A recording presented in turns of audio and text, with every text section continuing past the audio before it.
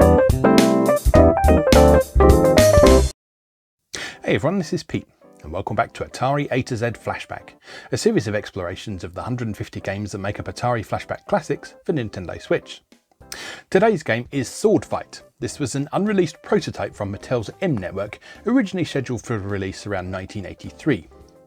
Now, in television productions, who took over the rights for most of Mattel's gaming stuff, produced a few cartridges of this around the year 2000, but the game actually hasn't been released into the public domain, unlike a lot of these old games. So it's noteworthy among 2600 games for its interesting graphical techniques used by the programmer Stephen Tatsumi. Tatsumi used the 2600's background graphics layer to produce much larger sprites than normal, giving the game a very distinctive look among many of its peers.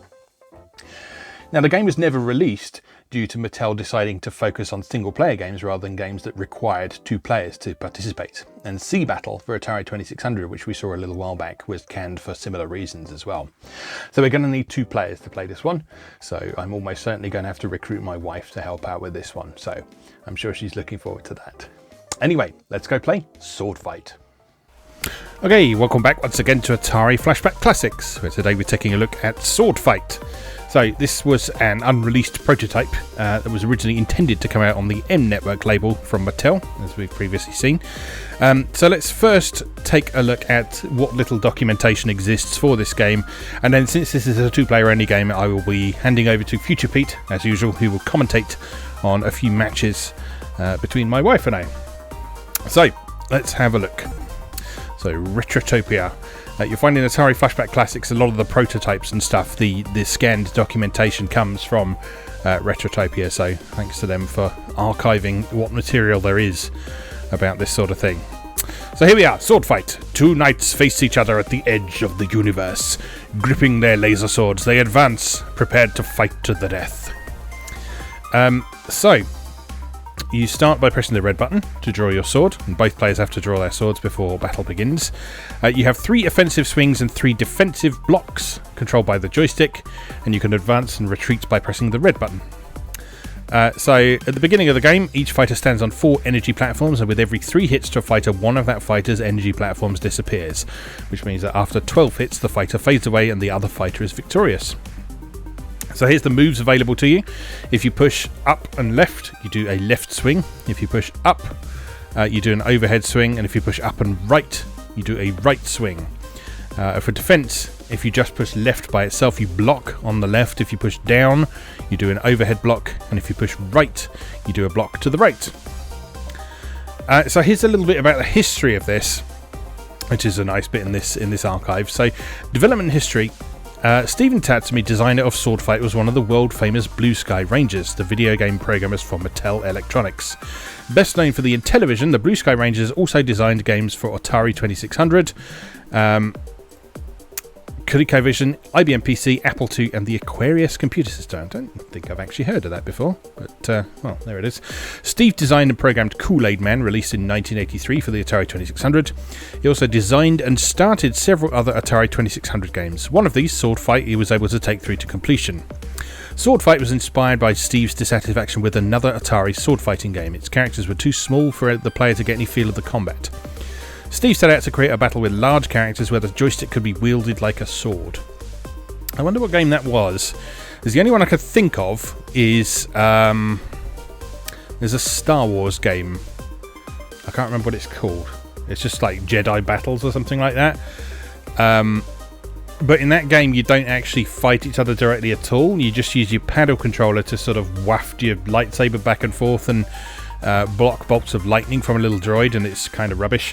That's the only one I can think of offhand, but maybe there's some other ones. As Steve developed the game, he and Ron Surratt, manager of the Atari 2600 group, spent hours playing it. Steve used these bouts to fine-tune the controls.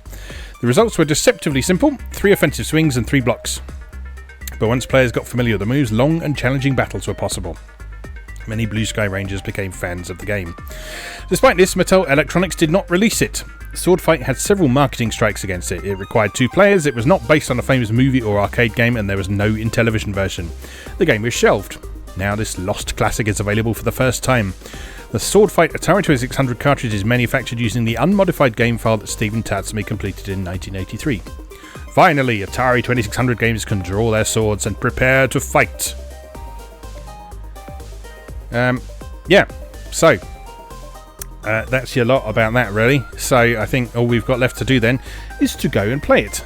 So I will hand you over to Future Pete, and he will have a nice few bouts with his wife, and you can enjoy the results of their attempts to master the simple but deceptively deep controls of this game. So we'll see you in just a moment. Okay, here we are with Swordfight. So I am the yellow guy on the left, and my wife is the blue guy on the right. So it took us a little while to sort of figure out what the controls really meant in this, because I mean, they're simple, but they're also sort of oddly realistic, I guess is the word for it. It takes a little while to learn how to pass what is on the screen, I think is the main thing. The important thing to watch is the character's arms. So if you watch where the character's arms are, that shows you where they're blocking and where they're attacking. So at the moment you can see that my wife is doing sort of a combination of different strikes there. There she's striking on her left, so sort of to the front of the screen. And there I'm striking to my left, which is sort of at the back of the screen. That's an overhead slash there. And so the important thing is to keep an eye on what your opponent's doing and either dodge out of the way or block in an appropriate way. Now neither of us quite mastered this this technique to begin with, as you can see, so it's all kind of wild flailing at the moment. But over the course of the few matches that we had, you'll notice an improvement from both of us. So there my wife is blocking to the front of the sprite, and she's actually beaten me there, so... Okay, so that was our first attempt. We then have another go. So we have to each press fire to draw our swords. There's my wife blocking to the front, I'm blocking behind and to the front. I believe at this point I was sort of talking through what the various different controls meant and saying what did what. So there she's hacking and slashing to the back of her sprite, which means I can block that by pushing left on my controller. And that's an overhead block there, which protects against the overhead strikes, obviously. The overhead strikes don't seem to have quite as much range, so it can actually be quite tricky to hit with them sometimes.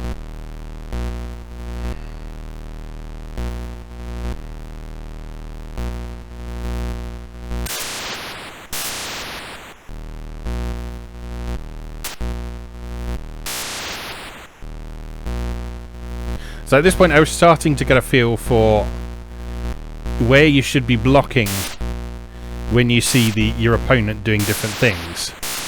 And then just bonking her on the head a few times. That's my favourite animation there. It just looks like you're whacking them over the head. It's ridiculous. So there you see, from that range, the overhead strike won't reach them, but the side slashes will. So you need to really have an understanding of all your different moves' reach and how to block the various things that your opponent can do and when's a good time to counter-attack. So there, I actually won that bout there. So that's 1-1 to each of us there. So let's have another go.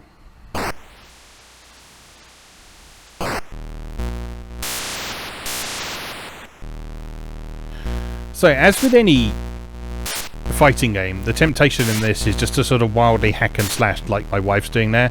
But as you can see, she's continually striking in one direction, and I was easily blocking all those things because those strikes are so clearly telegraphed that I could block them very easily. So I can see there that her arms are to the front, so I know that's where I need to block.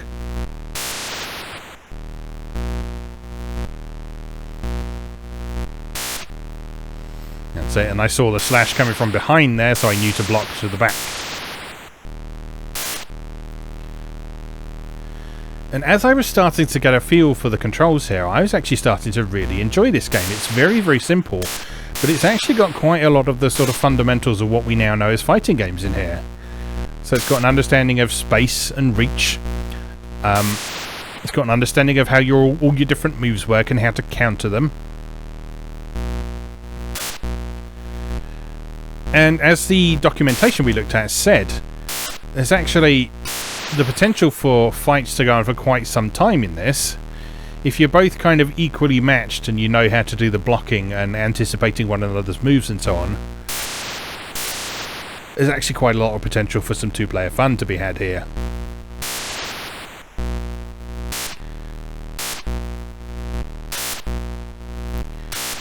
My wife remained unconvinced.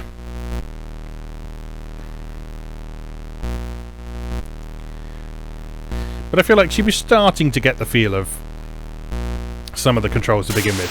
She found the sort of idea of the perspective a little bit difficult to get to grips with, because you really do have to get your head around the idea of pushing left and right to move your arms to the front and the back of the screen, because that's really core to understanding where your strikes are going and where you're blocking as well. And she struggled a little bit with that, which is understandable because the presentation is very abstract. But once you know how to pass the visual information on the screen, there's actually plenty of information there to help you understand what you need to be doing.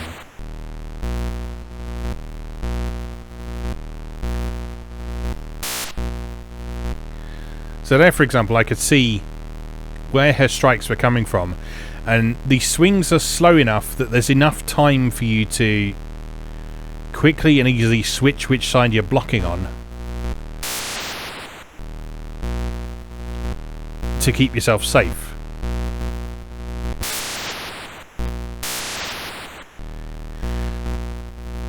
And that's one really noteworthy thing I found about this, is that the blocking controls in particular are very, very responsive.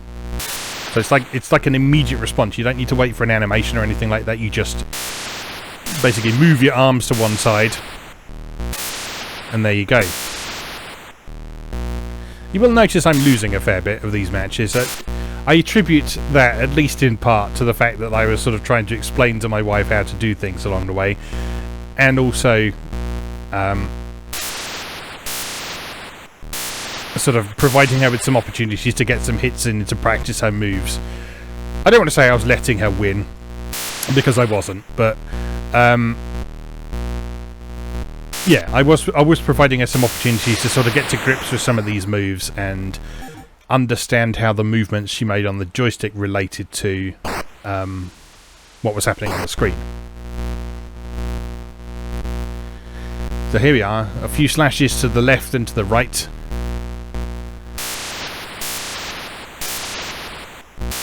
And I can sneak in and bonk her on the head a few times. So some successful blocks happening there. Again, I can see where the strikes are coming from. And the actual sort of animation of the sword approaching is slow enough that you've got time to get that block into position.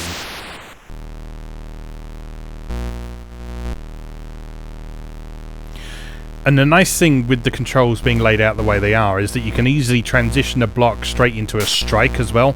So if you're blocking on one side, you can then immediately transition that into a strike on that side, simply by pushing up on the joystick along with the direction you were already pressing.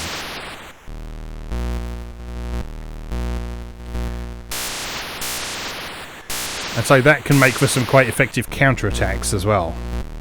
So you see this match here is much more evenly matched. There we are, victory for me at last. So yeah, by this point I was really starting to get a feel for this, and actually starting to rather like this game. I mean, I maybe question its longevity, because this is the only game mode. You can only play it against another player. There's no sort of different game modes, no means of handicapping one another, no game selects, no difficulty switches, options, or anything like that. It's this. What you see is what you get here. So the lasting appeal of this game is down to how much you and your friends like playing it, basically. Which I guess is true for... I guess that's true for most modern fighting games too. Especially since a lot of fighting games these days, you don't really unlock anything as you go through. You tend to sort of get new fighters as DLC and so on. And so, what you see is what you get with most fighting games. But I guess the key difference here is that there aren't any additional characters or anything like that either. So you're limited to using just the yellow guy and the blue guy. And they've each got their 6 moves. Their 3 strikes and their 3 blocks.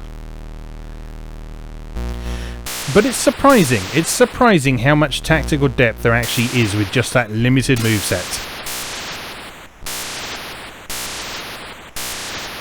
And that's testament to the fact that sort of simple, well-designed and elegant mechanics can really make a game shine.